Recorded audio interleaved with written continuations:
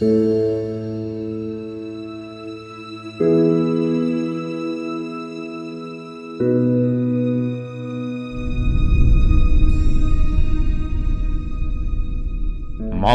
тамылжыған түн алдындағы ыздырған ардақтымыз дүниеден өтіпті деген қаралы хабар жүректерімізді тағы бір жұлқылап өтті.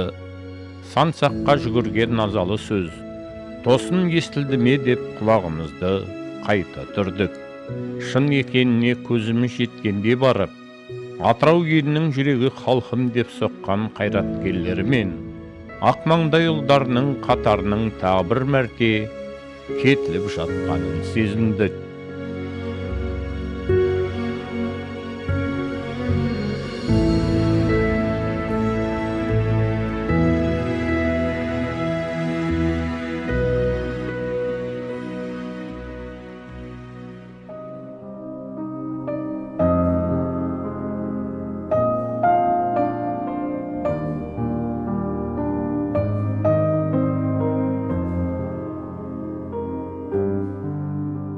Өмір деген бас бермес асау аттай құдіреттің, желкенін желбірете көтерген, ыздырғандай жампозымыздың, мәңгіліктің кемесіне мінгелі тұрғанын терең ұғындық. Ұғындық та көз жасын мөлкілдете, сан шоғыр ойларға берілдік.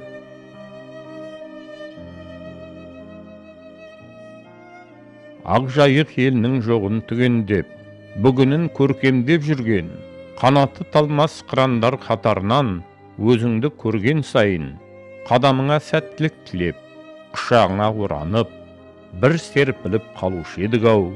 Жақсыларға ғана тұшынатын сол құшақты енді кіммен жылытпақпыз, қайран зеке.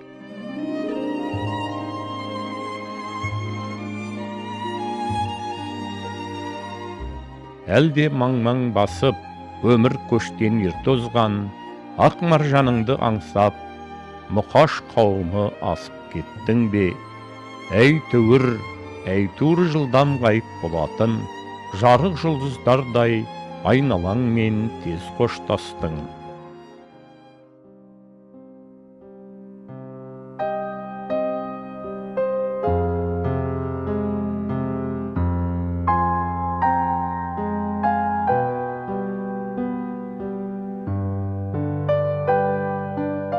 Ол босағасына бақ пен ырыс қонақтаған, ұлағаты ғасқақ ұзақбай әкесінің батасына бөленген қара шаңырақтың тұңғышы еді.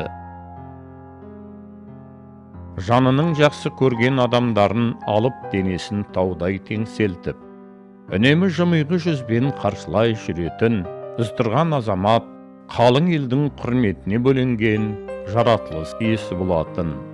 Жаратушысы басына сана, жүрегіне сезім, көкірегіне мақсат, көңіліне арман берген арда азаматымыз, ыздырған Баймұханов бағындырған биік белестер мен ол өткен асулар ұзақ жылдар бойы халқының жүрек түкпірінде жарқырап жата бермек. Оған төмендегідей бояуы анық, ел жұрты әбден қанық, ғұмырнама жолдары ғана айқын куә.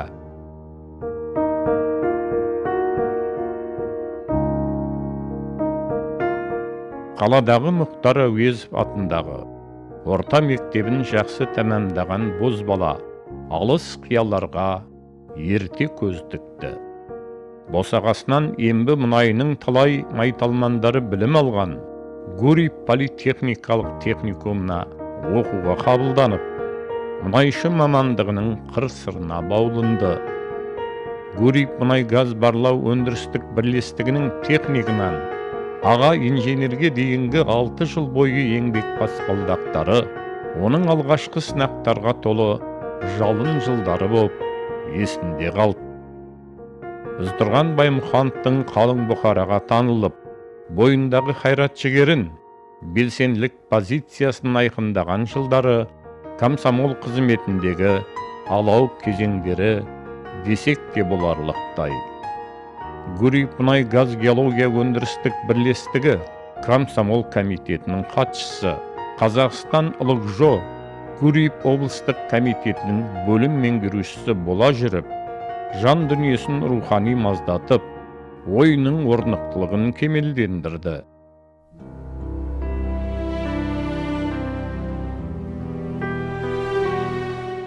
Тегі жақсы қашанда, тереңге тартар деп атамыз қазақ айтқандай, сөзіне салихалылық, көңіліне кеңдік, бойына табиғи тазалық, шоғырландыруды үйренді. Өз орталарының серісі, Зәмзәм Дәуітовтың гитарасының сазымен, еңсеген, Әбілхан, Қанат, Айдын достары болып, жан досым әнін бірге айтып, Ой-хой 25-тің қызықтарын бастан өткізді. Еліміз егемендік алып, тәуелсіздіктің көк байрағы көтерілген жылдарда, облысымызға шетелдік мұнай компаниялары да ағыла келіп жатты. Сол жылдары облыстық атқару комитетінің теңіз мұнай газ кешенінің кешенді даму бөлімінің басшысы қызметінде болған білігі бойындағы Баймұханов әлемдік жобаның алғашқы қадамдарын жоспарлауға белсене атсалысқан жергілікті биліктің өкілдерінің бірі болды. Сыртқы экономикалық байланыстың қыр-сырына төселген инженер жігіттің алғырлығын Ембі ойпатындағы жекешеленген мұнай кеніштерін игеруге келген шетелдік инвесторлар бірден таныды. Қазақ политехникалық институтының түлегі инженер-геолог Іздірған Ұзақбайұлы Қазпромстабба, Қазақ-Ойыл Теліп және Арна-Ойыл бірлескен жеке шағын серіктестерінің бас директоры бола жүріп, жас кәсіпорындардың базаларын жасақтап, аймағымыздағы мұнай өндіру көлемін арттыруға зор ықпалын тигізді.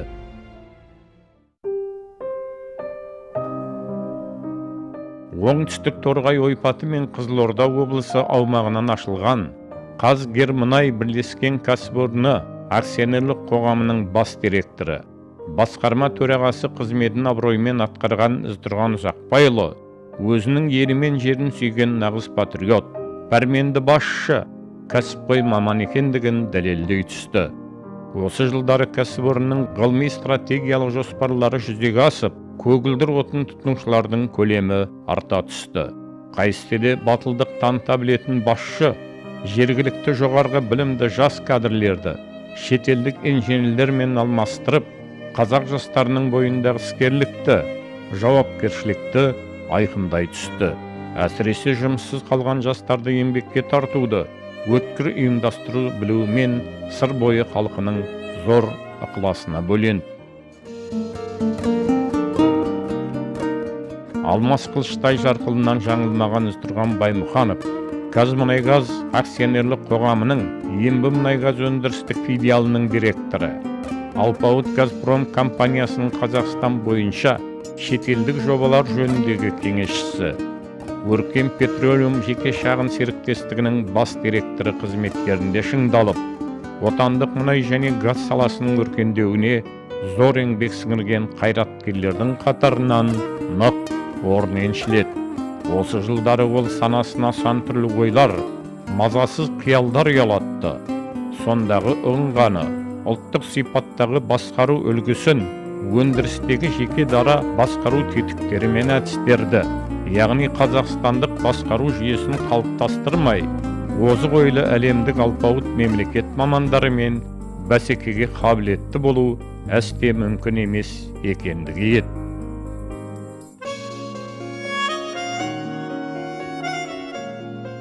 Ғұмырының соңғы 5 жылын Атырау облысы кәсіподақтар орталығы, аумақтық кәсіподақтар бірлестігінің төрағасы қызметіне арнаған, бәйгатындай бабы келіскен Баймұханов тұлға, еңбек ұжымдарындағы әділеттіліктің орнауы, бюрократиялық жүйенің жойылуы, әсіресе адам факторын қалыптастыру бағытындағы жүйелі жоспарларын қалың бұқарамен кеңесе отырып жүзеге асырды.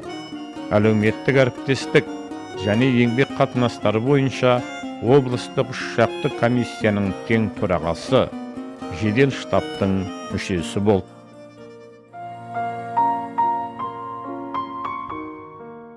Туған елдің бір туар перзенті, Қызылорда және Атырау облыстық мәслихаттардың депутаттығына сайланып, ауылдық жерлердегі кәдеге аспай жатқан келеңсіздіктерге тереңдей үгіліп, проблемадан арылмаған адамдар ортасына ерекше ілтипатпен жақындай түсті.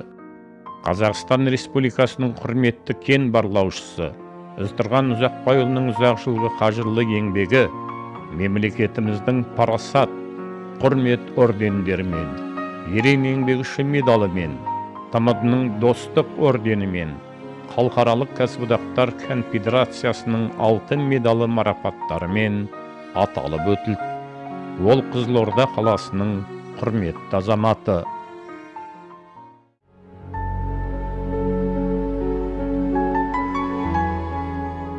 Оның сүйікті ақыны Мұхтар Шаханов, үлкен адам болу үшін ғаламда үлкен арман керек екен адамға деп жырлағанындай, Үстірған азамат өз армандарының бақытын өз қара шаңырағында сомдады. Қаныш Сәтбаев атындағы Политехникалық институттың түлегі, Ақжайықтың мұнайшы аруы Маржан Өтеуқызымен жолығысқан сәт менің өміріме отбасылық жарқын дәурен сыйлады деп жиі қайталайтын. Бір-бірінің қабақтарымен ұғынысып, жүректерімен түсініскен қош жұп, ағайындар мен достар үшін алыстан қарасаң асқар, жанына келсең аялы болып көрінетін Жеңіс, Эльмира, Индира, Жаслан ұрпақтарының бақытты ұрпақ болып ержетуіне мейірім шуақтарын төгілдірді.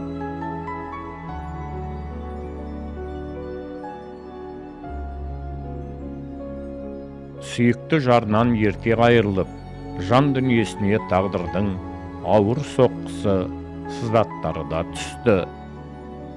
Кеттің енді жаныма жанашыр кім, мен сорлы да өрліктен шарасызбын, содан бері жанарым мұңға толы, содан бері әйтеуір мазасызбын. Сен кеткелі тау жақтан желдеспеді, гүлде солып қалғандай белестегі, екеумізді бір арман матастырып, екеумізде мұңда бір емеспеді деп, жан дүниесін мың сан толғандырды. Осындай көңілі сансаққа жүгірген жабырқау күндерінде, үш немере қош жиеннің күміс күлкілерінен, әсемдікке бөленген балалық қылықтарынан жанына жұбаныш ұялатты.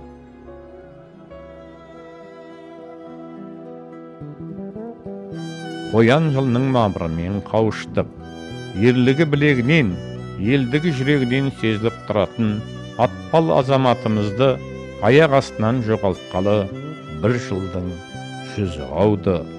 Жігіттік сипаты өзіне ғана жарасып, қабақ шытпас ақжарқын көңілімен көпті сүйіндірген қайрамер.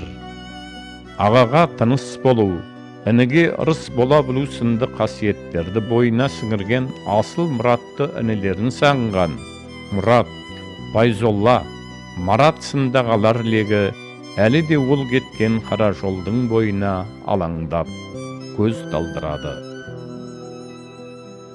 Сыбдырлап көңілімнің көк құрағы, көңіліне айдынымның кеп тынады, бір жыл леп сен жақтан бет кірады, бетін тосқым мен соған кеп тұрады.